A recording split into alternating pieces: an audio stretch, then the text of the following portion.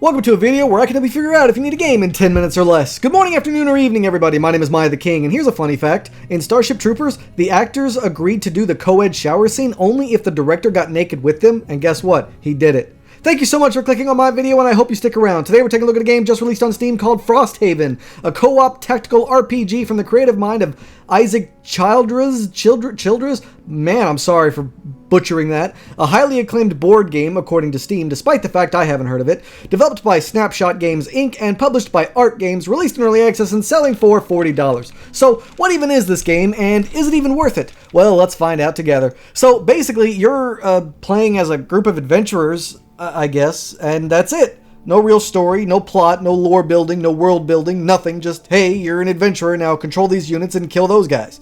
In turn-based, card-based, tactical strategy-style gameplay, and that's it. So I've got nothing more to tell you there.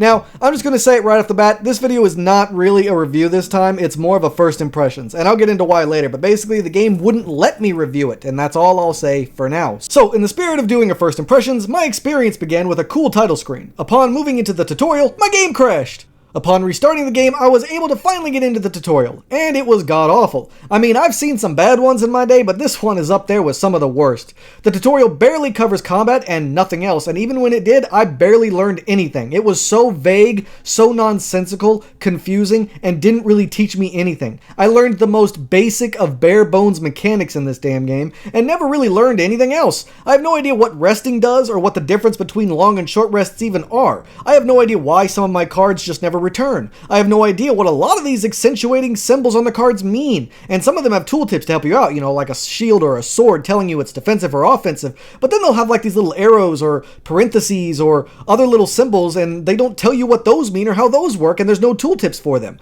I have no idea how this complicated game works, which instantly put a bad taste in my mouth, but I mean, hey, at least it was skippable for those of you who are familiar with this game, I guess. After which, I decided to go to the main campaign, since the tutorial was only 3 missions and didn't teach me shit, and guess what? My game crashed. Again. At this point, it was starting to get on my nerves, but upon restarting the game, again, I was finally able to get into the cutscene where I was able to hear some pretty decent voice acting. Algox raiders! Cries an elderly porter beside you. We're doomed! They're stronger than anything else alive! We've come all this way for nothing! As if to prove the point, the Algox you've been watching catches a fleeing outpost. And overall, honestly, pretty much everything with the sound worked great here. The sound effects sounded good, the music, while not exceptional, wasn't awful, overwhelming, or obnoxious, and it even had voice acting, which I think was probably the strongest point in its overall sound design. So, to me, all in all, the sound design here was spot on, which, unlike graphics, is actually important, at least in my opinion. And then I got to experience the graphics in much better detail, and overall the design is pleasant enough on the eyes with good colors and contrasts, some good attention to detail and shading as well as lighting. Don't want to forget to mention the animations and all the other little fixins scattered about, and honestly it looked a lot better than I thought it was going to, and I started to enjoy myself. But it was about this time in my first mission that the game started to go downhill, at least for me. But before I go into depth and about what I experienced, let me humbly ask for your support in the growth of my channel. Liking, commenting, and subscribing is super helpful and appreciated, don't get me wrong, but sharing the video and tuning in for each one helps me even more. So help me out by doing the aforementioned tasks, and also don't forget to hit that notification button as it informs you the next time I put out a video. And these videos are meant to help you save some of your valuable time and money, so be informed and stick around, alright?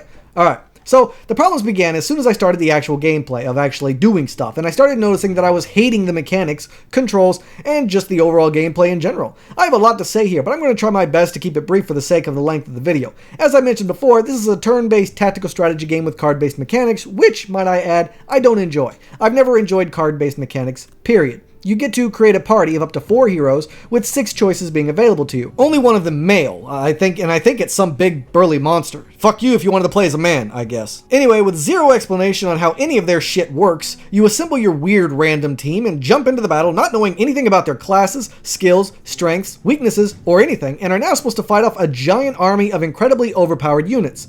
The way this gameplay works is simple. You go to a mission, you use the turn-based, card-based mechanics to kill the enemies while buffing your allies and healing them, and then move on. I'd love to go more into depth about the rest of the gameplay here, but I simply couldn't. For you see, the gameplay is incredibly imbalanced. The game is exceptionally complicated and difficult, and I was never able to get past the very first mission. I heard that there's a base management simulation kind of aspect to this game where you build up your headquarters, and I heard that there's vast biomes to explore, but unfortunately, I didn't get to experience them before rage quitting.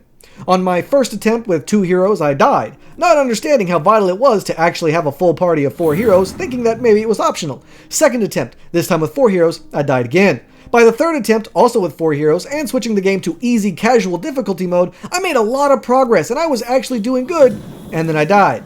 At this point in time, while still being more or less confused and lost with the mechanics and controls, I had a more of a fairly decent understanding of what was expected of me to actually get through this. But with your units randomly doing 0 damage to enemies, and them frequently getting critical hits on your guys, with the weird card drawing system being hard to understand and hard to manage, and I simply couldn't get past the first damn level. To me, this was harder than Elden Ring, because at least in Elden Ring, I could revamp my style and learn how to flow with the controls and mechanics of the game to improve my overall skills, but here, nah, it's just luck. Shit luck at that. And utilizing some of the most confusing gameplay mechanics I've seen in a while. You see, after you use a card, it's gone. When you get through all of them, you can do a partial rest or a half rest, whatever it's called, to get them back. However, if you discard any card for any reason, then they're gone forever, I guess.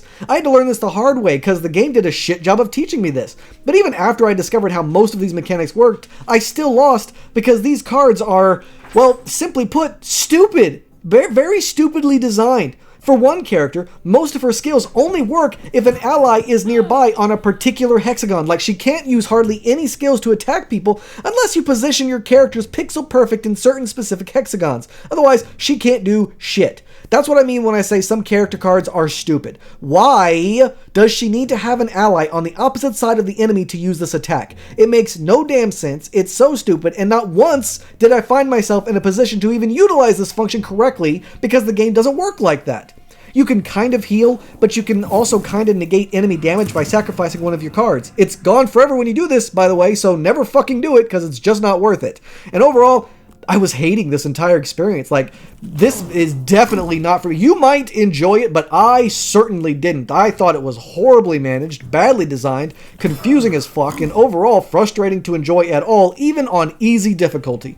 The only good thing they did here, in my opinion, was giving you the option of fast-forwarding the cool-ass animations so it doesn't take as long for you to die. I don't want to talk about the gameplay anymore. It irritated the crap out of me, and while you may like it or understand it, I did not, and it ruined my experience. Perhaps if the game had done a better job of teaching me, then I'd have been able to enjoy it more. But with so little information and such imbalanced starting gameplay and no direction to go in, no plot, no lore, no any way for me to be immersed or invested, and plus the frustration, and I just didn't care anymore. And then, at the very end, when I was about to get off, I remembered the price tag. $40. Now, perhaps if this game had released as a fully released game, I wouldn't have minded that so much. With good voice acting, good graphics, and a lengthy online co-op kind of game, and perhaps you could have convinced me that $40 was an appropriate price tag. But now, with the crashes, the frame rate drops, the horrible tutorial, badly designed gaming mechanics, and the fact that it's not even finished yet, and I actually feel offended that they're asking for so much money for this. $30 max for this early access, buggy, broken game. Bump it up to $40 when it's fully released, maybe. That's my opinion. And so, yeah, I never got past the first level, never got to experience anything else this game had to offer, suffering from frame rate drops, crashes, and horrible mechanics with little to no information to help me acclimate, and I found myself very easily and very quickly done with this game. I'd have loved to have done a more in-depth review of this game, to really just get wrist deep in there and figure out what was going on with this game, but it simply wouldn't let me. And since this is just a first impressions video and not a review, I don't have a recommendation for you today. I was merely sharing with you all what my experience was. And unless you're a fan of previous games like this, such as Gloomhaven or the original board game, you're probably going to have a very similar experience that I did. So, I don't know. Make your own choice. This is just what happened to me. I can't say whether it's a good or a bad game. All I can say is it's not for me. So let me know in the comments down below what you think. Let me know if you're interested or not. But that's all the time I got for my video today, everybody. Thanks so much for watching, with a special thanks to those of you who stuck around to the end. If you have any questions or concerns or anything else you want to say in the comments, all I ask is that you keep it respectful. Don't forget to like, share, and subscribe, and I can't wait to see you all again on my next adventure. So until then, I bid you all farewell.